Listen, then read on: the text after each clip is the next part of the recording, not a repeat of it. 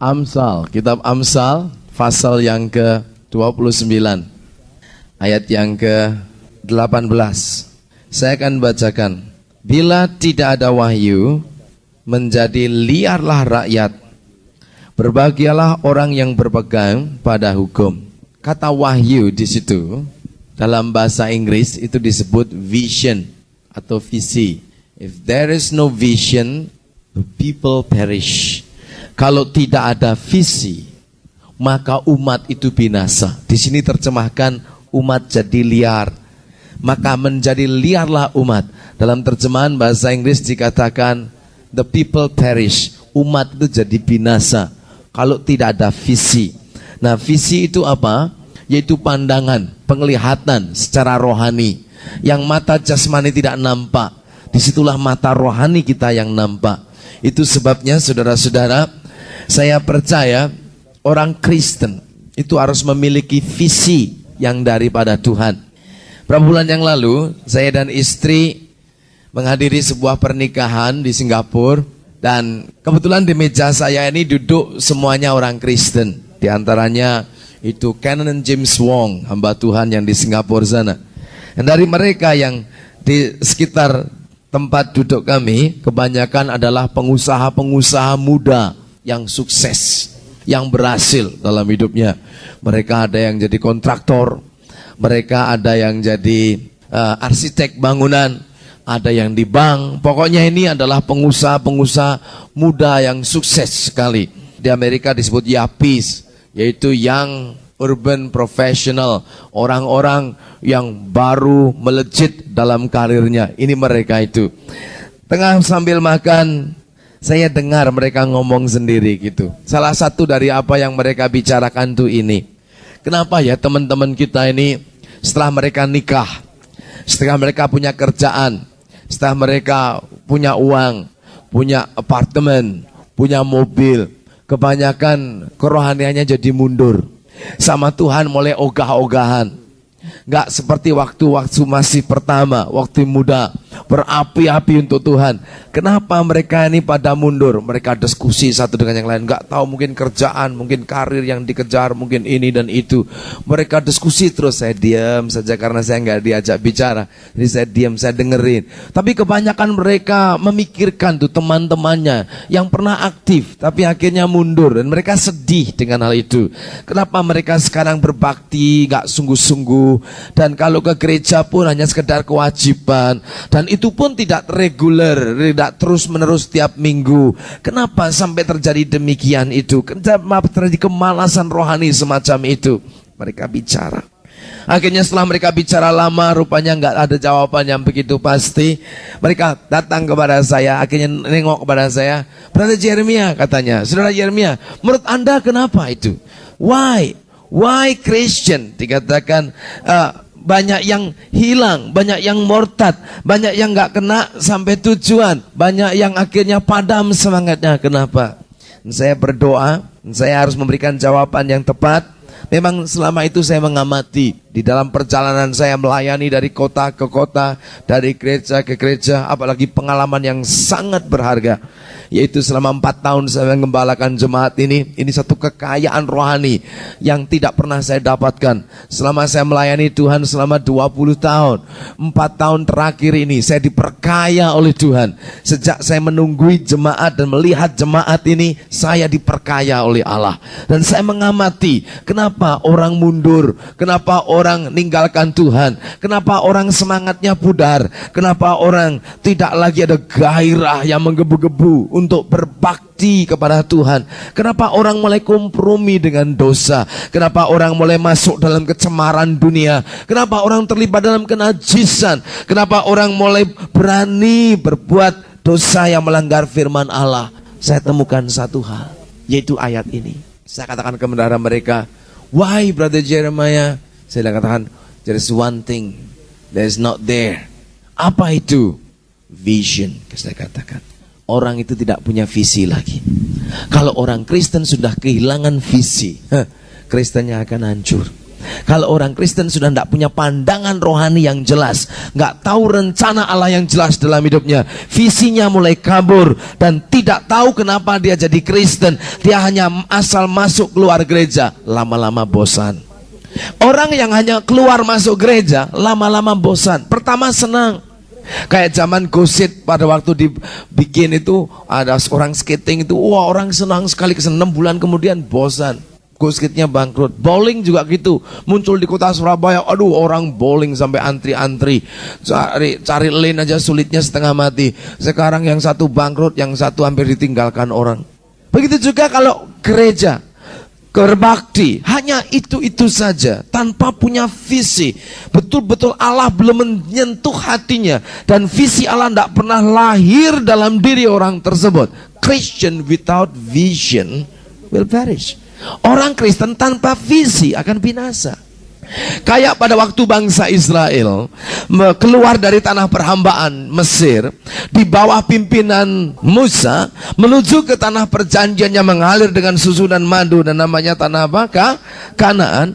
Melewati padang gurun, Alkitab katakan, dari banyak orang yang mendengar Musa katakan, sekarang tinggalkan tempat perhambaan ini, mari kita menuju ke tanah yang Allah janjikan bagi kita, yang penuh dengan air susu dan madu. Banyak mujizat diadakan oleh Musa, air jadi darah, dan banyak lagi yang lain. Laut dibelah jadi 2. Alkitab katakan dari sekian banyak yang ikut Musa, itu ada orang-orang yang ikut-ikutan. Alkitab malah punya bahasa khusus dengan orang-orang tersebut, yaitu orang-orang yang tidak sungguh-sungguh. Orang-orang dari bangsa-bangsa lain yang hanya ikut-ikutan. Dia lihat orang Israel diberkati Tuhan, mereka ngikut itu. Rombongan waktu 2 juta meninggalkan Mesir, itu banyak orang yang ikut pergi. But they go without vision. Mereka pergi tanpa adanya visi, tanpa ada pandangan rohani yang jelas. Bilangan 11, di rombongan-rombongan itu yang ikut Musa, tidak semuanya punya vision. Nanti sudah lihat akhirnya bagaimana. Akhirnya orang ini yang ikut-ikutan, apa yang terjadi? Begitu juga kalau orang cuma masuk keluar gereja, having no vision, tidak punya visi, birthed in their heart, lahir dalam hatinya. Satu kali engkau akan bosan. Seperti saudara lagi tergila-gila sama nasi pecel. Sudah beli nasi pecel di tempat itu terus, lama-lama ya bosan. Sudah lagi tergila-gila sama soto. Sudah beli, makan pagi soto, makan siang soto, makan malam soto. Seminggu penuh menunya SOTO. Coba 3 bulan lagi, bosan. Orang itu kalau nggak punya tujuan, bosan. Coba sudah sekolah nggak ada tujuan, nggak ada tujuan untuk lulus, bosan. Bolosnya banyak. Karena nggak ada tujuan, nggak ada visi. Begitu juga orang Kristen. Nah, kita baca ayat yang keempat. Ini juga rombongan dari orang banyak itu. Ada beberapa orang yang datang. Bilangan 11 ayat 4. Orang-orang bajingan yang ada di antara mereka kemasukan nafsu rakus.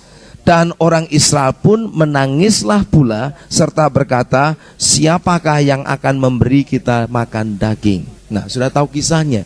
Mereka ini setelah di padang gurun, setiap hari Tuhan memberikan kepada mereka makanan khusus yang turun dari surga. Waktu pagi-pagi buta, embun turun, makanan itu turun. Dan mereka keluar mengumpulkan makanan yang cukup untuk hari itu. Dan makanan itu disebut mana? Itu makanan malaikat. Alkitab katakan bundar-bundar kayak ketumbar turun. Dan setelah itu dimasak. Yang disimpan sampai besok busuk. Tapi tiap hari gak pernah terlambat Tuhan memelihara umatnya. Siapa yang merasa Tuhan pelihara dalam hidupnya? Amin. Saya dipelihara Tuhan dari hari ke hari. Amin. Saya percaya saudara juga dipelihara Tuhan. Tapi ada orang-orang yang kerasukan nafsu rakus, yaitu orang-orang tadi, saudaraku, orang-orang yang kasar-kasar tadi, saudaraku. Ya saya katakan orang kasar saja. Sudah tidak pernah misu soalnya, saudaraku. Selama 24 tahun itu sudah tidak pernah misu, jadi ngomong kasar itu sulit sekali. Jadi orang-orang kasar nih yang cuma ikut-ikutan, kerasukan nafsu rakus. Begitu mereka kerasukan nafsu rakus, mereka nulari orang Israel. Bayangkan ini, maka orang-orang Israel itu menangis. Nah, kalau 1 orang, 2 orang tidak apa-apa. 2 juta, tuwek-tuwek, nangis semuanya, saudaraku. Dan nangisnya itu kalau nangis anaknya mati itu logis. Nangis orang tuanya mati logis. Ini nangis minta daging. Apa enggak ngizin-izini? Nah, sudah tahu apa akibatnya? Setelah itu Tuhan hukum mereka.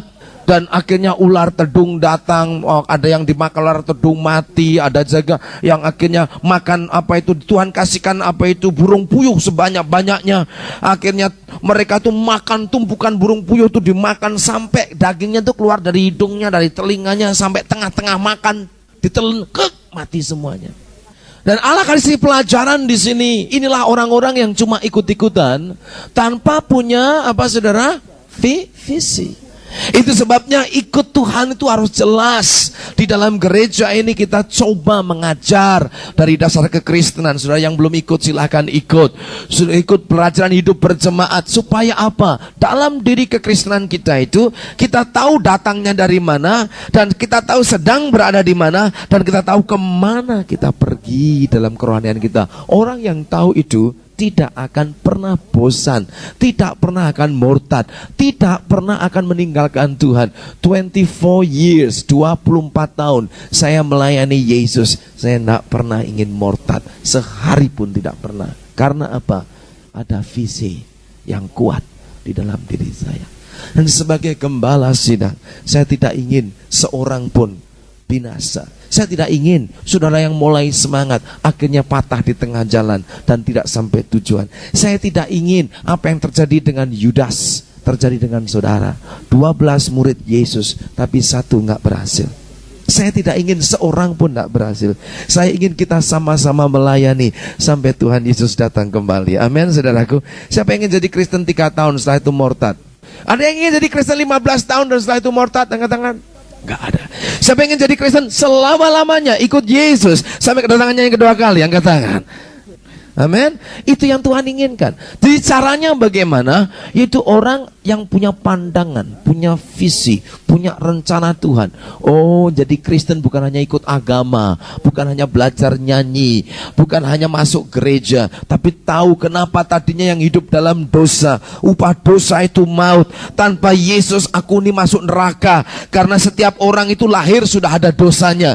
Bukan karena saudara berbuat dosa disebut orang berdosa, tapi karena kita lahir sebagai orang berdosa, maka kita berbuat dosa. Jadi kita ini disebut orang berdosa bukan perbuatan kita, tetapi keberadaan kita. Setiap kita itu lahir dengan dosa, dengan benih dosa dalam diri kita. Makanya manusia diajari apa saja, selama benih dosa belum dihilangkan dan benih ilahi firman Allah Yesus Kristus masuk, orang itu akan tetap terus hidup dalam dosa.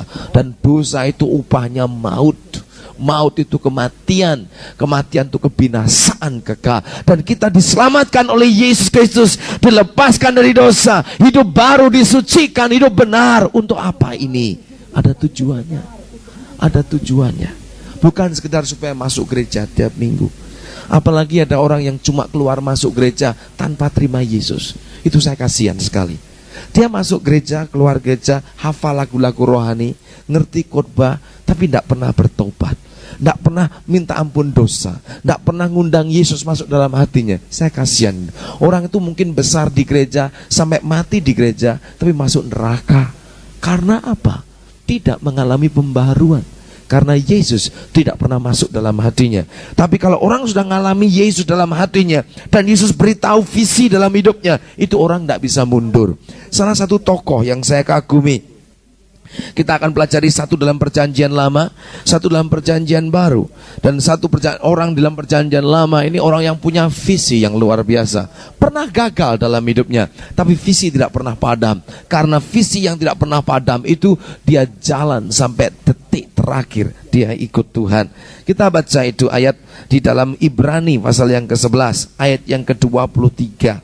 Ibrani 11 ayat 23. Inilah orang yang ada visi Allah, the man of vision. Manusia, baik pria atau wanita, yang punya visi daripada Tuhan. Saya akan bacakan demikian bunyinya. Raja di Mesir memerintahkan yang namanya Fir'aun, setiap bayi umur 2 tahun ke bawah harus dibantai, khususnya bayi Ibrani. Dan Musa itu lahir, dan mamanya begitu lihat anaknya begitu cakep, wajahnya jahatnya, wajahnya ganteng, rupawan, dia hanya rasa dalam hatinya. Rupanya ada rencana Tuhan ini, ada sesuatu akan maksudnya. Makanya tanpa takut sama raja ditaruh dalam keranjang dan dihanyutkan di sungai sambil berdoa. Kakaknya yang namanya Miriam suruh ngikuti dari pinggir. Dia ngikuti dari pinggir, ngelihat itu. Tahu-tahu Tuhan tuh ya baik sekali. Tuhan itu gerakkan, nggak tahu putrinya Firaun lagi, tahu-tahu panasan atau gatel gitu, tahu-tahu mandi, pengen mandi, saudaraku. Nah, putri Firaun mandi di sungai dengan dayang-dayangnya, lihat ada keranjang yang jalan. Putri Firaun katakan, bawa sini itu apa? Begitu lihat, bayi Molek, rupawan, indah wajahnya. Timbullah rasa iba dan belas kasihan, meskipun dia tahu itu bayi Ibrani dan papanya kasih perintah harus dibantai. Tapi bagaimanapun juga roh Tuhan gerakkan hatinya. Dia bilang, aku mau dia, angkat dia sebagai anak. Nama Musa itu artinya that was drawn out of water, yang diambil dari air. Tuhan punya visi di sini. Begitu dipelihara sama putri Firaun, kakaknya yang namanya Miriam itu datang sama putri Firaun. Ya pangeran putri, katanya, bolehkah hamba ini mengusulkan sesuatu, katanya. Kalau pangeran putri membutuhkan seorang inang pengasuh yang bisa mengasuh bayi ini dan bisa menyusuinya, membesarkannya, saya kenal seseorang yang bisa saya bawa ke sini. Pangeran putri dengan senang hati bawa ke sini, dan kakaknya Musa panggil ibunya sendiri, dan ibunya akhirnya masuk ke istana. Jadi Musa meskipun tinggal di istana, yang membesarkan siapa? Ibunya sendiri.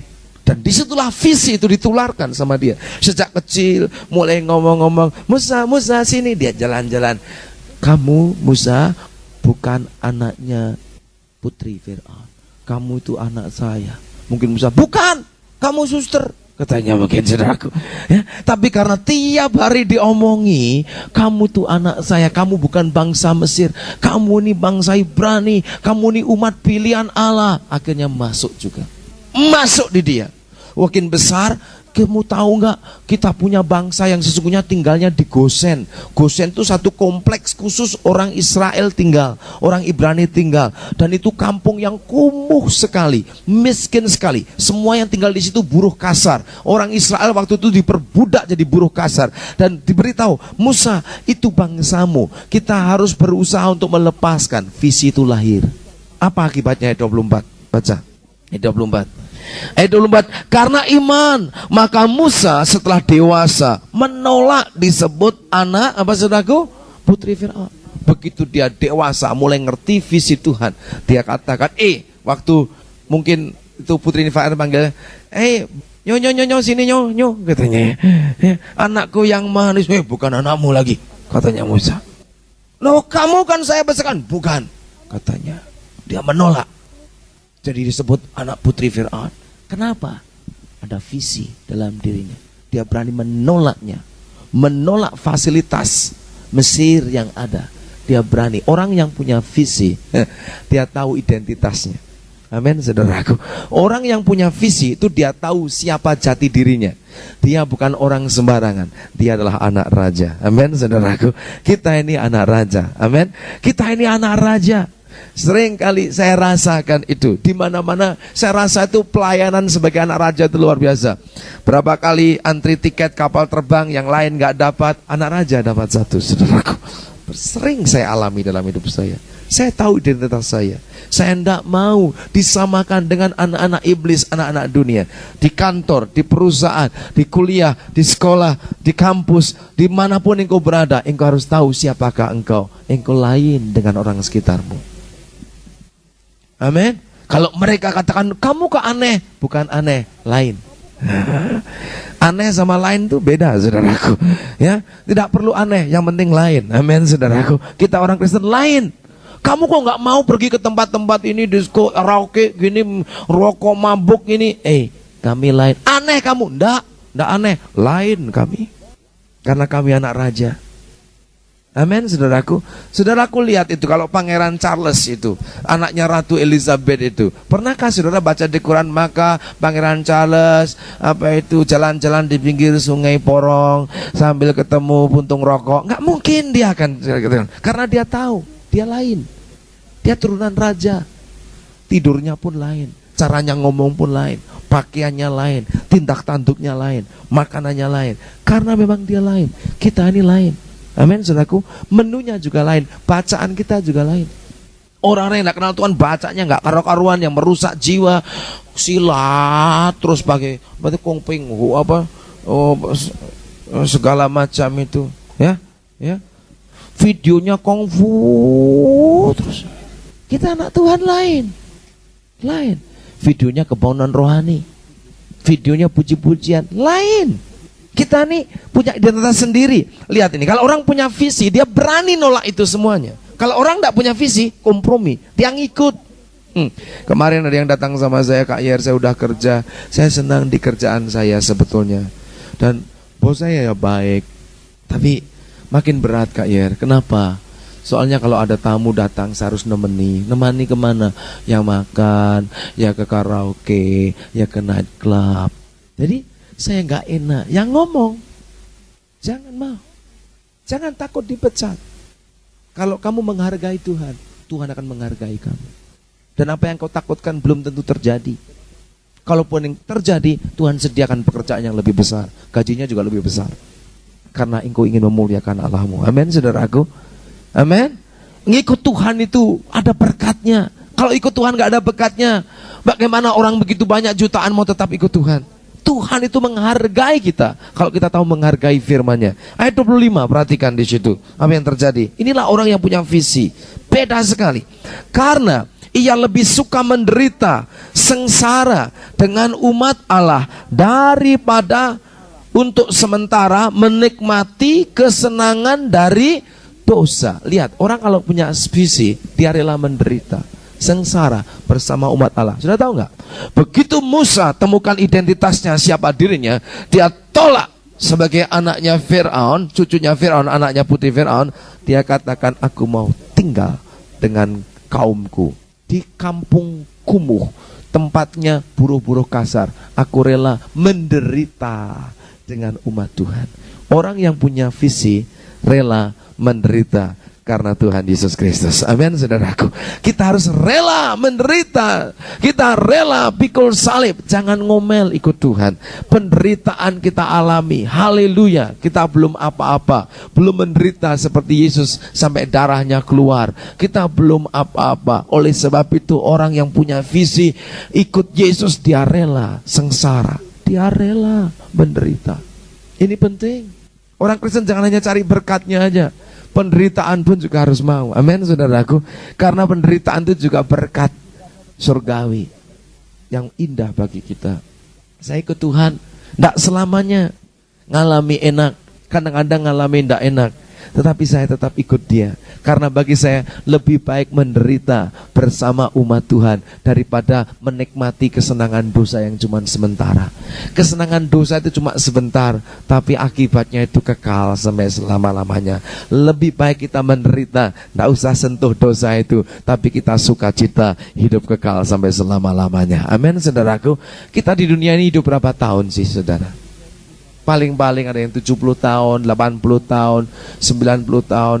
Saya ingin beritahu berapa lama sih kita hidup di dunia ini. Kalau kita cuma mau senang-senang dosa, setelah mati itu loh saudaraku, itu hidup kekal itu jutaan tahun, miliaran tahun gak ada habis-habisnya. Dan kalau kita binasa di neraka, itu gak ada kesempatan untuk perbaiki. Itu juta-jutaan tahun. Kenapa kita cuma menikmati dosa sedikit, akhirnya kita binasanya selama-lamanya? Lebih baik kita menderita sedikit lah. Nggak usah ikut-ikut yang macam-macam itu. Nggak beli SDSP juga nggak mati itu saudaraku. Amin. Nggak usah, buat apa itu? Orang Kristen kalau punya visi, berkatnya datang daripada Tuhan, bukan dari SDSP. Berkatnya dari Yesus. Saya nggak pernah beli SDSP seumur hidup saya. Buktinya Tuhan memberkati saya, dan saya tidak mau. Amin. Daripada engkau bawa karcis SDSP sebini banyak, bawa ke neraka semuanya. Apa gunanya? Selanjutnya ayat yang ke-26, perhatikan. Ia menganggap penghinaan karena Kristus sebagai kekayaan yang lebih besar daripada semua harta Mesir. Sebab pandangannya, nah inilah visi, pandangannya ia arahkan kepada upah. Lihat itu, penghinaan karena Kristus itu kekayaan tersendiri. Saya ingin tanya, siapa yang pernah disindir, diolok, dihina karena ikut Tuhan? Angkat tangan. Itu kekayaan. Sudah diolok, ini loh, orang haleluya lewat. Nah, tambah kekayaan di surga, mahkotanya tambah lagi, kemuliaannya, berliannya tambah lagi. Diolok, pendeta lewat. Nggak apa-apa, tambah lagi kemuliaan. Ini orang kudus, haleluya. Munafik, sok rohani, tenang saja, tambah terus itu surga. Kekayaan, pandangannya dia arahkan kepada upah yang tidak layu, mahkota surgawi. Amin. Makin jarang diolok, makin miskin di sana, saudaraku. Ya, begitu saudara diolok, itu bank surga tambah, itu kreditnya tambah di surga. Tambah. Saudara nggak pernah diolok, waktu diolok ngomel, merah itu rekeningnya di surga. Defisit itu, saudaraku, kurang dananya di sana. Itu sebabnya orang Kristen diolok sukacita, karena di surga tambah kekayaan. Ada haleluya. Oleh sebab itu, ikut Tuhan itu punya visi, pandangannya kepada upah yang kekal. Di dunia kita bisa nikmati berapa sih? Kita bisa menikmati berapa? Tapi di surga, oh Tuhan, ada satu berkat yang mulia. Saya lihat di negara-negara komunis seperti Rusia, dulu tuh pemuda-pemudi itu untuk cari kerjaan tuh sulit kalau dia Kristen. Tapi dia rela untuk hidup miskin karena nggak dapat kerjaan, tetap mempertahankan iman. Sedangkan kalau dia menyangkal Yesus, dapat kerjaan enak. Mereka banyak yang mati, tapi mereka melihat upah yang di surga itu. Akibatnya apa? Darah-darahnya orang Kristen yang tercecer karena dibunuh itu menjadi senjata yang ampuh yang Allah pakai untuk menghancurkan komunisme. Sekarang komunis lalah luntuk, hancur, lebur, berantakan, babak belur, dan sudah tidak ada lagi. Tuhan punya maksud yang besar ini karena ada orang-orang Kristen yang punya visi. Nanti penderitaan tuh nggak ada artinya sama sekali. Orang Kristen kalau nggak punya visi, penderitaan olokan tuh berat sekali. Orang Kristen kalau punya visi, penderitaan olokan kekayaan yang besar. Amin. Makin banyak penderitaan, makin sukacita, makin banyak kesaksiannya, saudaraku. Benar. Kalau sudah cuma mikir dirimu sendiri, kenapa saya nggak diperhatikan di gereja ya? Saya disalami sama Kak Yer kelewatan. Sengaja itu Kak Yer tuh, saya nggak ke gereja lagi. Aduh, boceh, saudaraku. Itu Kristen yang nggak ada artinya sama saya. Itu Kristen yang nggak punya visi, hanya soal gitu aja mundur, malu-maluin, saudaraku. Ini orang diolok, dihina, bukan hanya nggak diperhatikan, diludahin, dimaki, dihina, tapi anggap itu kekayaan dan makin semangat ikut Tuhan. Ada haleluya, amin. Jadi Kristen yang begitu yang Tuhan menginginkan. Terus 27, karena iman maka ia telah meninggalkan Mesir dan tidak takut akan murka raja. Kalimat berikutnya baca bersama saya. Itu sebabnya sampai tua, umur 120 tahun, Musa nggak mundur. 120 tahun Alkitab katakan dia matinya apa? Dia naik gunung. Nah, saudaraku, ada opa umur 120 tahun mountain climbing, saudaraku. Apa itu? Hiking, naik gunung. Saudara mau nggak kalau sudah punya organisasi mountain climbing, yang daftar tuh ada kakek-kakek umur 120. Saya mau jadi anggota. Bisa ngerepoti, saudaraku, gotong mayatnya turun malahan, saudaraku. Tapi Musa, Alkitab katakan dia naik Bukit Nebo. Dan Alkitab katakan kekuatannya tidak pudar dan matanya tidak kabur. Umur 120 tahun matanya tetap jelas, visi jasmani jelas, visi rohani jelas, badannya sehat, naik ke atas gunung, lihat tanah Kanaan meskipun dia tidak boleh masuk, dia ngelihat dan akhirnya meninggal di situ. Mayatnya ataupun untuk ributan. Itu siapa sih? Iblis mau merebut mayatnya, Mikael turun mau rebut mayatnya, terjadi rebutan. Tanah pun tidak layak untuk menerima orang yang punya visi. Allah tidak rela dia menyentuh tanah, sampean. Akhirnya Mikael berkata, Tuhan menghardik engkau, dan direbutnya. Dan mayatnya Musa tidak pernah ada, kuburannya Musa tidak pernah ada, direbut ke surga. Itulah sebabnya waktu Yesus dipermuliakan di atas gunung, ada dua orang yang muncul. Yang satu Elia, yang satu apa? Musa. Inilah dua-dua orang yang tidak ngalami mati. Semuanya nggak ngalami dikubur, diangkat hidup-hidup oleh Tuhan. Itu karena orang tersebut punya visi yang daripada Tuhan. Amin, saudaraku. Inilah penting. Dan apakah itu visi? Apa? Visi itu apa? Pandangan kita itu ke arah mana? What is the vision? Di dalam Ibrani juga, pasal yang ke-12, ayat 1. Ini ada satu ayat yang indah. Mengerti bahwa Kristen itu harus punya visi yang jelas. Ibrani pasal 12 ayat 1. Dalam pergumulan kamu melawan dosa, kamu belum sampai mencucurkan darah, dia mencucurkan darah. Ingat Yesus itu. Kalau dalam perlombaan lagi lemah, lagi kena oloan, lagi putus asa, pandang Yesus. Dengan mata yang tertuju kepada Yesus yang memulakan iman kita dan juga yang menyempurnakan iman kita. Dalam bahasa Inggris disebut, He is the author and the finisher of our faith. Author itu yang artinya yang mengadakan, yang memulai. The finisher yang mengakhiri. Dia yang sudah menciptakan iman dalam diri kita, dia akan mengakhiri. Mata kita harus pandang kepada Yesus. Pandang siapa? Yang mengabaikan salib, mengabaikan hinaan dan tekun pikul salib, berani menderita, bahkan mencucurkan darah. Dia tidak peduli, dia ada sukacita melakukannya. Dan Tuhan katakan, ingat dia itu supaya kamu jangan putus asa kalau kena pencobaan. Pandangan itu harus Yesus. Jadi visi kita apa, saudaraku? Visi kita siapa? Yesus yang disalibkan itu. Yesus yang disalib jangan sampai hilang daripada kita.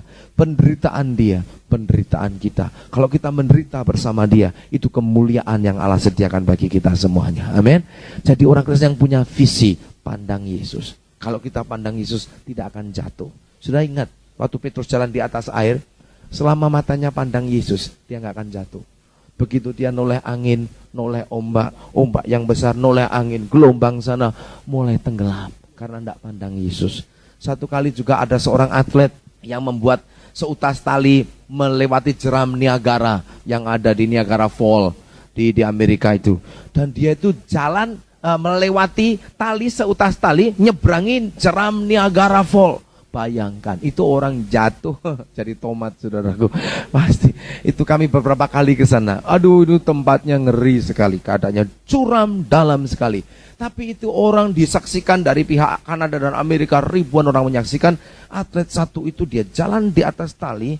Dan dia jalan, padahal anginnya keras tuh di dalam Niagara. Tapi dia sampai tujuan. Mereka bersorak gembira. Wartawan-wartawan televisi, koran tanya semua, interview dia. Dikatakan apa rahasianya? Cuma satu katanya. Di ujung tali sana, saya pasang gambar bintang emas yang besar sekali. Jadi mata saya ngelihat terus, tidak pernah lihat bawahnya, nggak pernah lihat jurangnya. Dia ngelihat itu pandangan. Selama saya ngelihat bintang emas itu, saya jalan akan lurus dan saya akan sampai ke tujuan. Begitu juga sebagai orang Kristen, ada bintang fajar yang mulia, namanya Yesus Kristus, Tuhan dan Juru Selamat kita. Amin, saudaraku. Selama kita pandang dia, kita tidak akan jatuh. Itulah visi kita. Visi kita itu Yesus.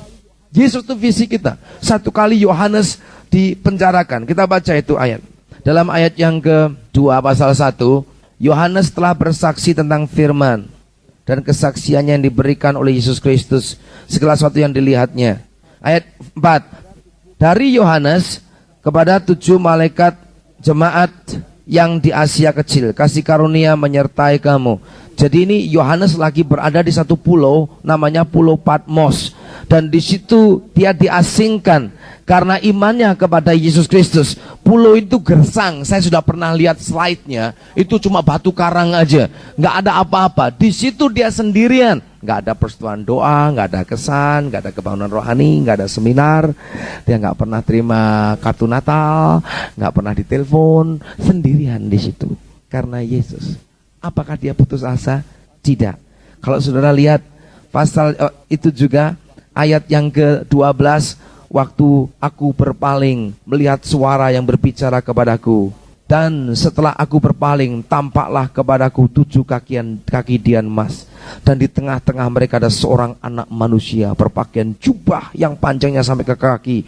Dan sudah bisa lihat nih gambaran tentang Yesus. Wajahnya bersinar-sinar bagaikan matahari yang terik. Dari mulutnya keluar sebilah pedang. Ayat 17, ketika aku melihat dia, tersungkurlah aku di depan kakinya, sama seperti orang mati. Tetapi ia meletakkan tangannya di atasku lalu berkata, akulah, jangan takut, aku adalah awal dan yang akhir. Jadi Tuhan yang mulai, dia yang mengakhiri. Jangan takut.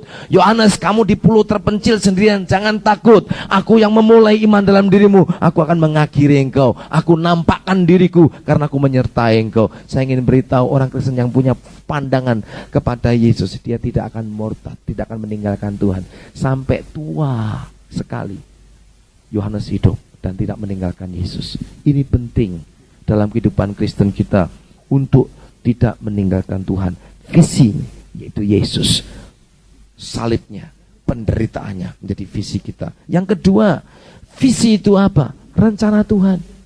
Rencana Allah itu visi kita. Apa rencana Allah? Tuhan rencana tidak ada seorang pun binasa. Tuhan ingin supaya seluruh dunia mendengar Injil. Tuhan ingin supaya setiap makhluk, setiap suku, setiap bangsa, setiap kaum, setiap bahasa mendengar Injil Yesus Kristus. Tuhan ingin supaya 5,1 miliar manusia di muka bumi mendengar nama Yesus. Tuhan ingin ada 24.000 suku bangsa di dunia mendengar nama Yesus.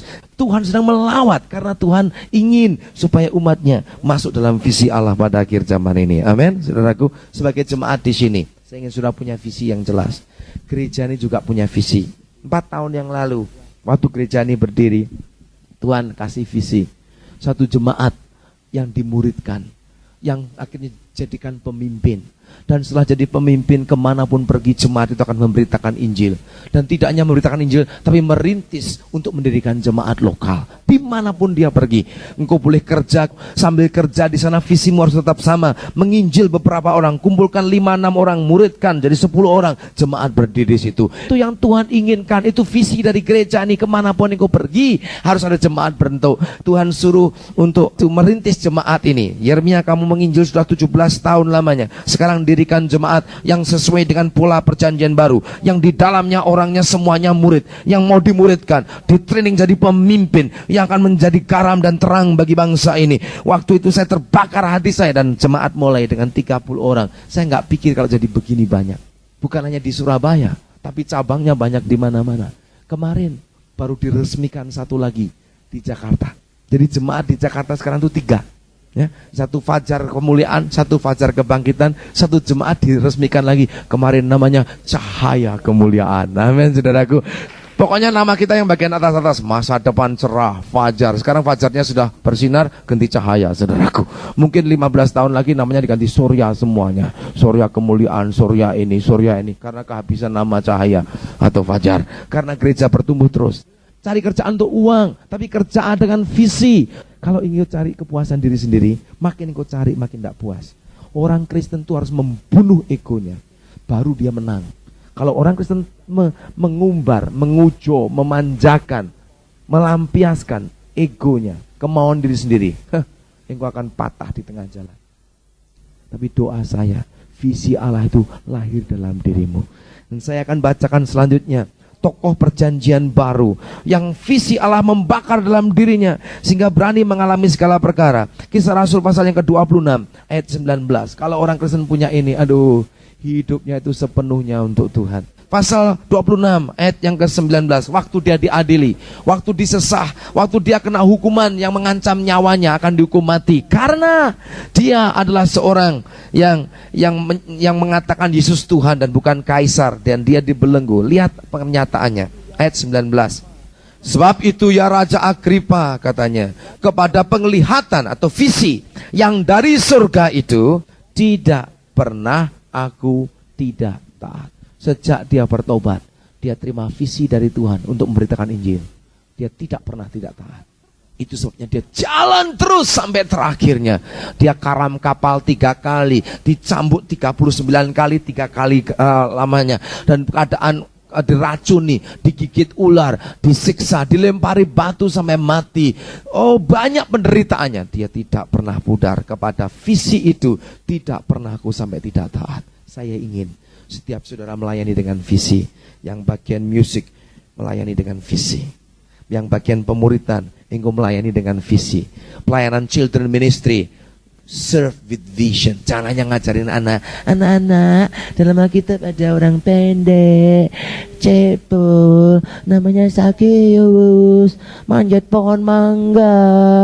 Jangan gitu-gitu aja. Punya vision. Lihat anak kecil, aku tahu ini besarnya jadi nabi, aku tahu ini besarnya jadi rasul, aku tahu ini besarnya jadi penginjil, aku tahu ini besarnya jadi orang yang diberkati Tuhan akan menyumbang gereja. Saudara punya vision. Setiap anak kecil doakan, layani dengan sungguh-sungguh. Yang saudara melayani bagian usher punya vision, punya visi. Yang melayani bagian perlengkapan punya visi. Yang melayani bagian semuanya layani dengan visi. Yang remaja, yang mahasiswa, yang kaum alumni, kaum profesi, pelayanan K3, pelayanan couple ministry, semua layani harus dengan visi, baru engkau bergerak. Para penatua, para deacon, layani gereja dengan visi. Kalau saya nggak ada visi untuk jemaat ini, sudah saya tinggal, sudah saya bosan, sudah akan pergi. Tapi karena saya punya visi, apapun terjadi, pindah pun tidak jadi soal. Amin, saudaraku. Tidak akan ganggu kita karena kita punya visi. Pindah di mana saja nggak ada masalah bagi kita. Gereja bukan gedung, gereja MDC tidak bisa dihancurkan oleh pindahnya tempat, tidak bisa dihancurkan oleh apapun juga. Kita akan tetap berada sampai Tuhan Yesus Kristus datang kembali. Kita akan berkembang dan kuat. Amin, saudaraku. Saya ingin setiap saudara punya visi ini. Dibilang jangan ke gereja kalau mau kawin dengan aku. Ya saja, kemana saja kamu pergi aku ikut. Yesusnya dijual, jangan murahan. Kalau ada orang senang sama kamu dan kamu tahu itu serak dari Tuhan, bawa dia ke gereja sini, suruh dia bertobat. Nanti gua celupin di air baptisnya. Amin. Nanti gua berkatin saudara semuanya. Amin. Begitu juga pemuda-pemuda. Orang cantiknya kayak Brooke Shields atau kayak siapa saja lah, B12 atau B29 atau siapa saja. Saudara, kalau dia tidak ikut Tuhan, jangan mau jual Yesus gara-gara nikah. Bawa dia ke kaki Tuhan. Jangan gara-gara engkau kerja dapat duit dan dilarang ke gereja engkau mau. Jangan mau. Jadilah orang yang punya visi. Amin, saudaraku. Yang tidak pernah sampai tidak taat kepada visi itu. Akhirnya apa? Betapa indahnya nanti pada akhirnya. Kalau kita bisa berkata seperti Paulus katakan dalam 2 Timotius pasal yang keempat ini. Waduh, ini indah sekali. Pada akhirnya kita bisa berkata seperti ini nantinya. Saya rindu. Hidup saya juga demikian. Setiap saudara penting bagi Tuhan. Saya dengar ada orang suka ngomong, kita ini tidak penting, tanpa Tuhan kita bisa berbuat sesuatu. Tidak, saudaraku. Tuhan tidak mau berbuat sesuatu tanpa kita. Dia pilih untuk kerjasama dengan kita. Amin, saudaraku. Meskipun Allah itu Maha Kuasa, tapi setiap kali dia kerja di dunia, dia pilih orang dijadikan teman kerjanya. Jadi saya ingin katakan, kamu ini penting bagi kerajaan Tuhan. Kamu bukan hanya anggota yang kerjanya manasi bangku gereja tiap minggu, tapi engkau adalah jemaat yang Tuhan mau pakai setiap saudara. Amin. Bapak-bapak, ibu-ibu, om, tante, pemuda-pemudi, setiap saudara akan dipakai Tuhan. Harus punya visi ini. Kalau itu membakar dalam jiwamu, oh indah sekali. Saya lihat orang-orang yang punya visi untuk satu keluarga diselamatkan, udah mulai jadi kenyataan. Saya lihat ada keluarga-keluarga yang satu jadi mulai datang. Jadi kita bersyukur tiap kita itu ada satu sukacita. Kalau kita ikut Yesus nggak rugi. Amin, saudaraku. Apapun terjadi kita tambah sukacita di dalam Tuhan. Dan saya percaya saudara punya visi itu, keluargamu semuanya akan satu baris duduk dengan engkau nantinya. Tunggu aja waktunya. Apalagi kalau gerejanya nanti sudah ada. Haleluya. Satu bangku semua. Jangan ditulisin namamu tiap minggu loh. Saudaraku, ini khusus saya. Amin, saudara. Tapi akan terjadi gerakan Allah di mana setiap saudara penting bagi kerajaan Allah dan setiap saudara akan dipakai Tuhan. Terakhir, ayat yang ke-6 pasal 4 2 Timotius. Berbunyi demikian. Mengenai saudaraku, kita semua akan dapat mahkota nanti. Kita mencapai garis akhir. Betapa senangnya nanti sebelum saya mati. Pendeta Yeremia umur 120 tahun. Rambutnya putih, saya pakai jenggot putih nanti. Saya akan katakan, saatku sudah dekat. Tetapi aku sudah bertanding dengan baik, berlomba dengan baik, sudah mencapai garis akhir, dan mahkota tersedia bagiku. Wut, saya hilang, meninggal. Dan jangan ada yang berani doakan saya untuk bangkit waktu itu, saudaraku, karena saya sudah siap untuk terima mahkota di surga. Amin, amin. Tuhan ingin saudara punya Kristen yang punya visi yang daripada Tuhan. Amin. Kita menjerit kepada Tuhan, Tuhan, biarlah visi dari surga lahir dalam diriku, supaya aku bisa tahan ikut Tuhan untuk selama-lamanya. Mari kita bangkit berdiri dan kita berdoa di hadapan Allah.